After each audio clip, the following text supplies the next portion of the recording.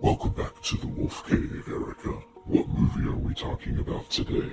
Today, talking about Saw 2. The short and sweet version of what this movie is about. A group of people wake up in a house. They learn that there is poison or something that they're inhaling. They have a limited time to try to get out of this house. Do we meet any new characters in this movie?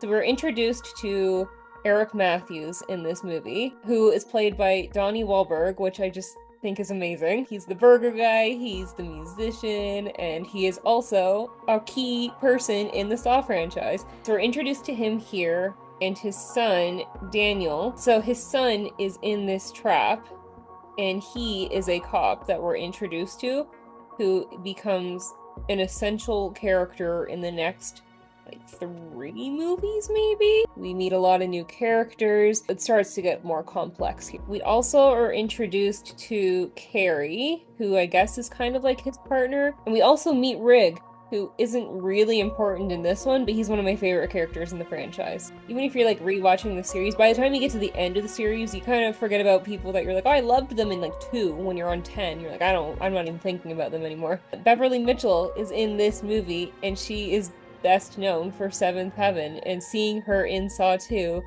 is really weird.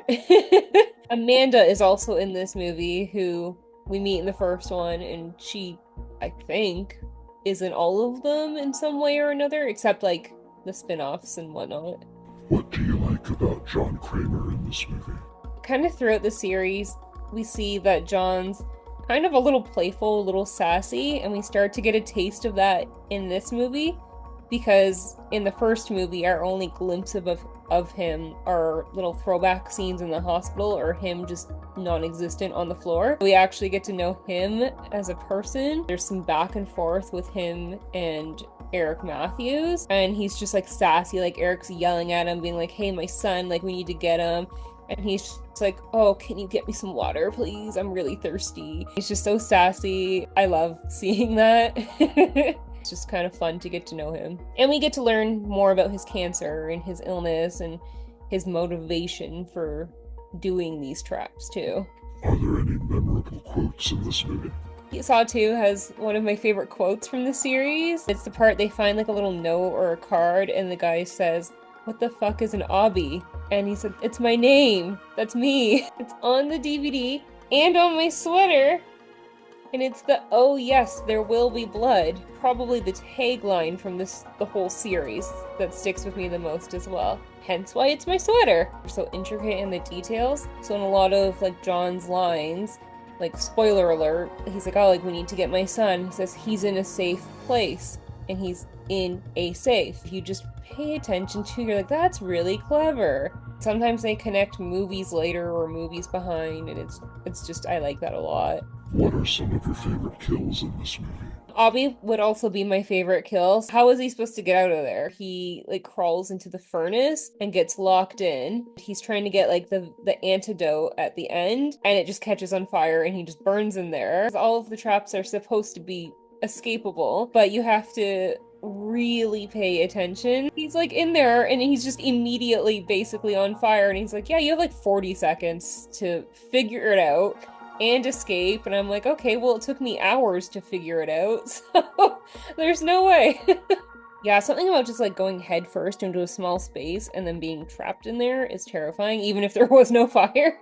There's 2 pretty infamous kills or trap scenes in this one as well. One with Addison. She's got like a glass box. Her little antidote is just kind of in the middle of the box, and there's 2 little handholds. So you're like, okay, great, I'll just grab it.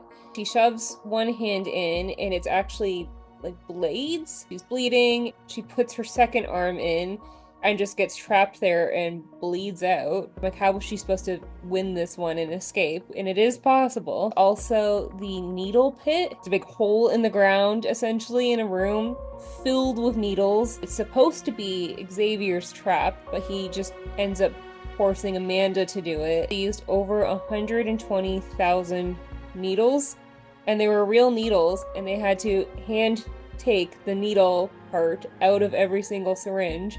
How does Saw 2 develop Amanda's character? At the end of Saw 2, it's revealed that she's actually helping John, and she's one of his accomplices, which becomes a huge integral part of the series later on as her role develops and we learn about more accomplices. It becomes quite complex of an operation as we progress through the series. Another thing that's just kind of fun at the end of the movie, we end up back in the bathroom from the first movie. It is the most iconic and memorable scene or area from the entire franchise, so it's cool that throughout the series we just kind of keep going back to that same disgusting bathroom. We learn at the very end that Amanda is helping John. She has been helping in creating the traps. She helped with this one in getting the people for the trap because she had been in prison herself and they were all connected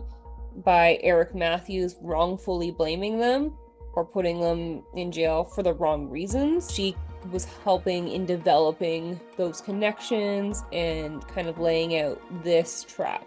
Where does Saw 2 rank for you? So I revamped my ranking. Currently, the first movie is number 3, and this movie, Saw 2, is number 2 for me. Thank you for joining me today, Erica. See you all next time at The Bitter Wolf.